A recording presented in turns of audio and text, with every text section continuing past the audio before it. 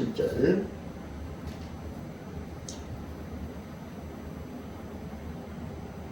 교독합니다. 2절에서 7절까지.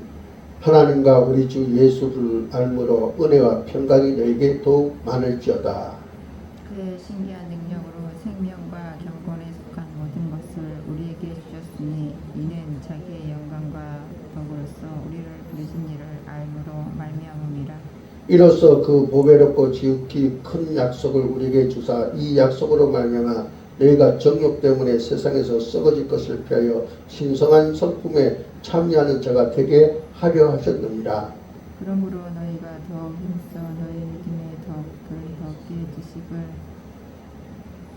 지식의 절제를 절제의 인내를 인내의 경건을 경건의 형제 우애를 형제 우애의 사랑을 더하라. 아멘. 우리의 신앙의 여정은 그냥 향방 없이 가는 것이 아니라 분명한 목적지가 있습니다. 그 목적지를 향한 길을 가고 있는 것이 바로 우리의 신앙의 여정입니다. 제가 여러분에게 이런 삶 속에 있는 여러분에게 저 자신에게도 물론입니다만 질문을 한번 던져보겠습니다. 여러분은 신앙생활을 하면서 여러분의 목표 지점은 어디인가 한번 답을 해보시기 바랍니다. 또 지금 어떤 기대를 가지고 신앙생활을 하고 계십니까? 생각해 보시고요. 나는 어디에서 출발해서 어디로 가고 있다고 그렇게 말씀하십니까? 생각해 보시고 예수 믿지 않는 사람들과 예수 믿는 사람들을 비교해 볼 때 나는 어떤 세상 사람과 다른 가치관을 가지고 있는가? 예수 믿고 무엇이 달라지냐 물으면 우리는 뭐라고 대답할 것인가? 여러분이 자신에게 한번 질문을 던져봤으면 좋겠습니다. 이 질문은 우리에게 굉장히 중요한 그런 질문이 아닌가 그렇게 생각합니다. 오늘 베드로 후서의 말씀은 바로 이런 질문에 대한 매우 의미 있는 답을 우리에게 주고 있습니다.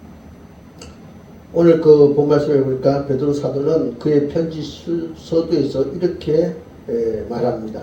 베드로 후서 1장 2절에 보니까 하나님과 우리 주 예수를 알므로 은혜와 평강이 너에게 더욱 많을지어다. 자, 여기 보니까 베드로 사도가 그의 편지 서두에서 뭐라고 얘기합니까? 우리가 신앙의 여정을 가고 있는데 그 신앙의 여정 속에서 하나님과 우리 주 예수를 알아가야 된다. 그런 얘기를 하고 계심을 보게 됩니다. 하나님을 알아가고 주 예수 그리스도를 알아갈 때 우리가 하나님께서 우리에게 주신 은혜가 무엇인지 알게 되고 그 결과로 평안을 얻을 수 있다라는 그런 말씀입니다. 이 은혜라는 것은 카리스라는 단어를 쓰고 있는데 우리 기독교에 있어서는 이 카리스라는 은혜라는 말은 굉장히 의미심장합니다. 은혜가 뭐가 은혜입니까? 내가 받을 만하지 못한데도 불구하고 받게 된 것을 바로 말하고 있습니다. 도저히 나로서는 얻을 수 없는 것을 내가 누리게 되는 것을 바로 은혜라 그렇게 얘기합니다. 우리가 이 은혜를 깨달을 때 나는 아무것도 아니구나. 하나님께서 늘 나와 함께 하셔서 나를 도와주고 계시구나. 내가 하나님의 능력으로 살아가고 있구나 라는 사실을 알게 됩니다. 이 사실을 받아들이게 되면 어떻게 됩니까? 어떤 환경과 상황 속에서든지 우리는 평안을 누리게 됩니다. 왜? 하나님께서 함께 하시기 때문에. 그렇다면 하나님이 누구신지 예수 그리스도가 누구신지 어떻게 알아갈 수 있을까? 우리가 하나님께서 예수 그리스도에 대해서 알려면 어떻게 됩니까? 성경 말씀과 설교를 들으면서 성경 연구를 통해서 우리가 알 수가 있습니다. 더 분명하게 알 수 있는 것은 하나님 말씀을 우리가 삶에서 실천할 때 경험적으로 하나님이 어떤 분인가를 우리가 알 수가 있습니다. 그럼 우리가 하나님 말씀대로 살아가는 것이 굉장히 중요하다. 우리가 늘 하나님께로부터 말씀을 받습니다. 그렇죠? 예를 들어서 기도하라 라는 말씀을 우리에게 주셨다면 우리가 어떻게 됩니까? 기도할 때 어떻습니까? 그 기도한 삶 속에서 하나님의 은혜를 점점 더 가까이 할 수 있게 된다는 것입니다. 또 하나님께서 우리에게 용서하라는 말씀을 주실 때 우리가 그 말씀에 따라서 용서할 때 하나님께서 내려주시는 참된 평화를 우리가 경험적으로 배워갈 수 있습니다. 그러므로 말씀을 통해서 하나님을 더 깊이 경험한다는 것을 보게 되고 그 결과로 평화와 평강을 경험하게 된다는 것입니다. 이것이 바로 우리 신앙의 여정입니다. 오늘 이 부분을 좀 더 깊게 한번 들어가 보려고 하는데요. 자, 오늘 본 말씀을 보니까 베드로 사도가 그런 말씀을 우리에게 주고 있습니다. 예, 우리가 예수를 알므로 은혜와 평강이 우리에게 더 많아질 것이다 하시면서 또 우리에게 무슨 말씀하고 있냐면은 그분께서 신기한 능력으로 생명과 경건에 속한 모든 것을 우리에게 주셔가지고 하나님의 그 영광과 덕으로서 우리를 불렀던 사실을 깨닫게 하고 그 가운데서 우리가 썩어져 가는 존재가 아니라 신선한 성품에 참여한 자가 되도록 역사하신다. 그렇게 말씀하고 있어요. 그러니까 우리가 여기서 무엇이 하나님의 은혜냐라고 우리가 좀 더 깊이 들어간다면 오늘 본 말씀 제가 방금 읽은 대로 하나님의 놀라운 능력으로 말미암아 우리가 경건한 삶 속에 들어가서 하나님의 영광과 덕을 통해서 하나님께서 우리를 부르신 그 의미를 깨닫게 되고 그 안에서 어떻게 우리가 썩어져서 없어질 존재에서 신성한 성품에 참여하는 자가 된다라는 사실을 보게 됩니다. 이것이 바로 성경에서 말하는 은혜다 이 말이에요. 우리 베드로후서 1장 9절에서 11절까지 한번 볼까요? 베드로후서 1장 9절에서 11절 같이 읽습니다. 시작. 이런 것이 없는 자는 맹인이라 멀리 보지 못하고 그의 옛죄가 깨끗하게 된 것을 잊었느니라. 그러므로 형제들아 더욱 힘써 너희 부르심과 택하심을 굳게 하라. 내가 이것을 행한즉 언제든지 실족하지 아니하리라. 이같이 하면 우리 주 곧 구주 예수 그리스도의 영원 나라에 들어감을 넉넉히 너에게 주시리라. 예. 자, 여기에서 우리가 이제 우리가 하나님과 예수 그리스도를 알게 되면은 그것을 통해서 우리는 어떻습니까? 바로 은혜와 평강을 누리게 되고 또 하나님의 신기한 능력을 경험하는 가운데 우리가 구원에 이르게 되고 그 구원의 속에서 우리는 어떻게 해요? 썩어질 가운데서 신성한 성품에 참여한 자가 된다. 예.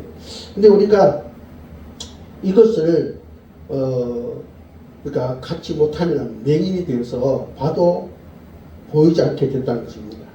그리고 하나님의 은혜를 받았더라도 잊어버리게 된다는 것입니다. 예. 내가 죄 가운데서 깨끗해졌다는 사실, 예. 구원의 은혜를 입었다는 사실을 잊게 된다. 그러므로 그것을 잊지 않도록 어떻게 해요? 하나님께서 우리를 죄 가운데서 부르신 것, 우리 구원에 이르도록 우리를 그저 택하셔서 이끌어 가신 것을 굳게 하고 그 가운데서 우리가 바로 서서가면 우리는 넉넉하게 하나님 나라에 들어가고 실족하지 않게 된다. 그 얘기를 하고 있습니다. 자, 여기서 세 가지 은혜를 말씀하고 있는데 첫 번째 뭐냐? 우리가 우리 힘으로 얻을 수 없는 그런 것을 누리게 되는데 그 첫 번째 은혜가 뭐냐?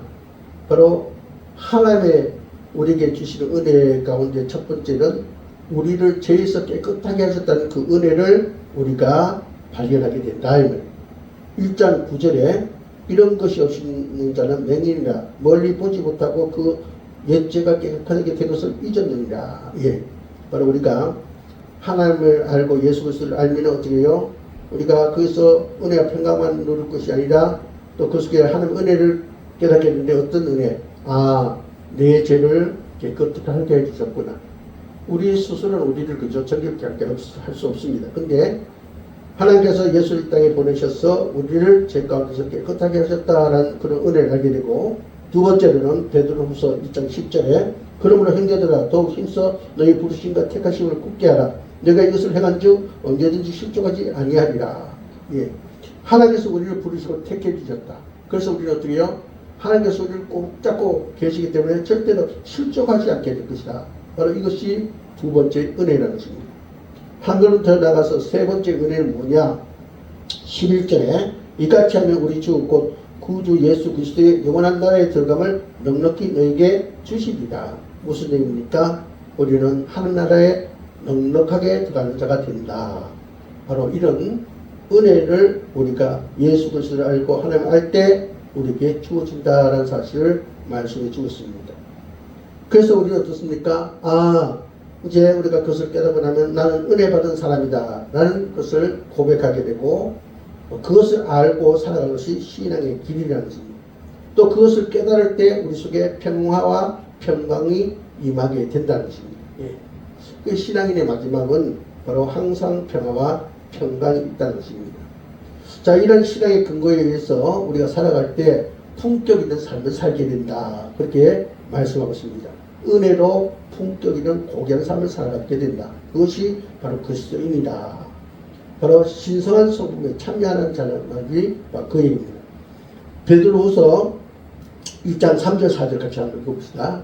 베드로후서 1장 3절 4절 같이 시작. 그의 신기한 능력으로 생명과 경건에 속한 모든 것을 우리에게 주셨으니 이는 자기의 영광과 덕으로서 우리를 부르신 이를 알므로 말미암니다.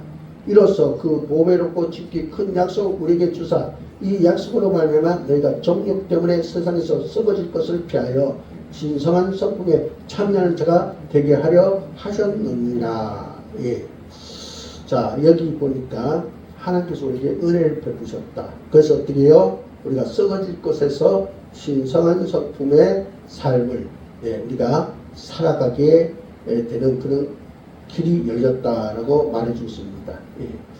자, 그러면 구체적으로 신성한 성품에 대해서 좀 생각해 보고자 합니다. 신성한 성품은 뭐냐? 오늘 본 말씀 보니까 8가지를 말하고 있습니다.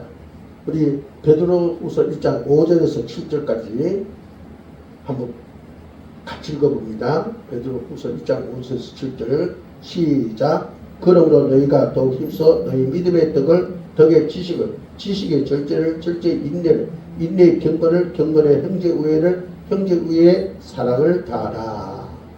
자, 여기 보니까 마지막에 더하라라는 말이 있어요. 이 더하라는 말은 원어에 보면 에피코레게오란 말인데, 이 단어는 공급한다, 보충한다, 보완한다 그런 얘기입니다. 그러므로 뭐라고 말했습니까? 그 신성한 성품을 얘기하고 있는데 쭉 나열하고 있는데 5절에 보니까 너희는 믿음의 덕을 다하라. 그러니까 믿음의 덕을 보충해야 된다 그렇게 말하고 있습니다. 그러니까 믿음만 가지고는 되는 것이 아니라 그 믿음의 덕이 필요하다라고 말했습니다. 또 덕만 가지고 되는 것이 아니라 지식이 필요하다. 그러니까 지식만이 아니라 절제만 아니라 인내만 아니라 경건과 형제 우애와 사랑이 필요하다. 그러므로 여기에 더해서 서로 보완해서 우리가 살아갈 때 신성한 성품, 거룩한 성품에 도달할 수 있다. 이것이 바로 우리 신앙의 목적지라는 것입니다. 여러분, 그래서 우리는 신성한 성품 8가지에 우리는 도달한 자가 되어야 됩니다. 믿음, 덕, 지식, 절제, 인내, 경건, 형제우애, 사랑. 이것을 우리가 우리 마음속에 이것이 그죠? 더해지는 그래서 신성한 성품, 거룩한 성품을 우리가 갖는 그런 자가 되어야 됩니다. 이 당시에 그레코로만 철학이 굉장히 강한 영향력을 끼치고 있었는데, 초대교회 당시 문화권에서는 이제 그 그레코로만 철학이 이제 말하는 이야기가 무슨 이야기가 있었냐면은 가장 품격 있는 인간의 가치는 뭐냐, 그것에 대해서 얘기하고 있는데, 이 그레코로만 철학에서는 가장 큰 덕은, 인간에 있어서 가장 큰 가치는 덕이라 그렇게 있습니다. 그래서 덕을 굉장히 강조했습니다. 그래서 오늘 사도 바울이 이제 그런 이제 그 당시에 그 흐름에 이제 얘기하는데, 이제 여기에서 8가지 신성한 성품을 얘기하고 있습니다. 근데 우리가 보면은 그 신성한 성품에 보면은 어떻게 해요? 믿음의 덕 그렇게 시작해가지고 마지막에 형제 우애의 사랑을 다하라. 이렇게 시작과 끝이 그렇게 되어지면서 보게 됩니다. 예. 그레코로만 철학 사상에서 가장 친송되는 것은 인간의 최고의 가치는 덕이라 했어요. 이 덕은 아레테라는 말인데 도덕적인 탁월성을 말하고 있습니다. 그 당시 철학자들은 인간이 인간다운 것은 바로 덕에 있다. 짐승과 사람이 다른 것은 뭐예요? 사람에는 덕, 아레테가 있다. 그러므로 덕이란 뭔가 자발적으로 사람들이 혜택을 베푸는 능력이며 법이나 윤리를 넘어서는 탁월한 의미다. 그렇게 얘기했습니다. 예. 그래서 이 철학자들은 바로 덕이 최고의 인간의 최고의 가치라 그렇게 얘기했어요. 예. 이것이 세상적으로 말하는 바로 덕입니다. 예. 그러나 오늘 성경 말씀을 보니 우리 기독교는 조금 다르다는 사실을 말해주었습니다. 자, 여기 보니까 다른 것을 말하고 있는데 우리가 신령 성품 참여해야 되는데 세상에는 인간의 가치는 덕에 있다 했어요. 그죠? 근데 오늘 5절에 보니까 우리 기독교인들에게 최고의 첫 번째는 뭐냐? 믿음이다 했어요. 믿음. 예. 하나님께서 우리를 사랑하셔서 어떻게 해요? 우리가 하나님을 떠나서 죄 가운데 있는 우리, 그래서 우리가 죽고 지옥에 가는 우리를 어떻게 구원하기 위해서 인간으로 예수로 이 땅에 오셔가지고 우리 대신 구속사를 이루셨다. 그래서 그분을 믿기만 하는 것. 우리는 타락했기 때문에 우리는 그저 행위로 구원을 받을 수 없다는 것입니다. 그렇기 때문에 그분을 믿음으로 구원받을 수 있다. 그러므로 예수 믿는 사람에게 있어서 최고의 시선한 성품 바로 그건 뭐냐? 믿음이다. 예, 하나님을 믿고 예수를 믿고 성령을 믿는 믿음이 최고의 덕이다. 그렇게 앞세우고 있습니다. 그러면서 어떻습니까? 믿음이 최고인데 거기에 덕이 있어야 된다. 그 당시 인간, 그저 철학자들이 인간의 최고 가치를 덕을 꼽았기 때문에 사람이 믿음이 있어야 되는데 이 세상에서 말하는 덕은 바로 남에게 그죠? 스스로 그죠? 자원해서 이 베푸는 거 그죠? 예. 예. 그런 것들을, 예. 아름다운 그런 성품은 바로 덕을 가져야 된다. 그렇게 얘기하면서 또 뭔가 덕으로만 또 부족하다. 거기에 하늘의 지식을 갖게 돼야 되고 또 하늘의 지식에 어떻게 절제 뭐 좀 안다고 그죠? 막 돈을 넘치면 안 된다 그죠? 또 절제할 수 있어야 되고 또 인내 또 경건 거기에 형제회와 또 사랑을 더해야 바로 우리 신의 성품에 바로 거룩한 성품에 우리가 도달할 수 있다. 이것이 우리의 목적지다. 그러므로 그걸 해서 나가야 된다. 이렇게 베드로는 우리에게 말씀하고 있습니다. 그래서 우리는 이것을 우리를 목적지로 삼고 이것을 지향하면서 오늘 살아가는 그런 자가 되어야 됩니다. 근데 여러분 여기 또 보면은 이런 게 있어요. 형제 사랑, 예, 형제 사랑, 형제 우애 그죠? 여기서 끝난 것이 아니라 뒤에 사랑을 더하라 그런 게 있어요. 자, 그 당시에 세상의 지식인들이 또 덕을 최고로 손꼽았지만 그 다음에 덕은 뭐냐? 형제를 사랑한 것이다. 그렇게 했습니다. 그러니까 인류애를 주장했다 이거죠. 근데 기독교 신앙은 어떻습니까?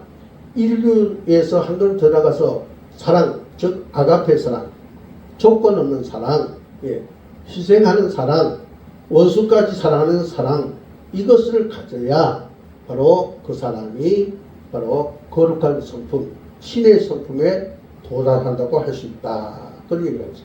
그러므로 거기에 그것을 더하라 그렇게 말하고 있어요.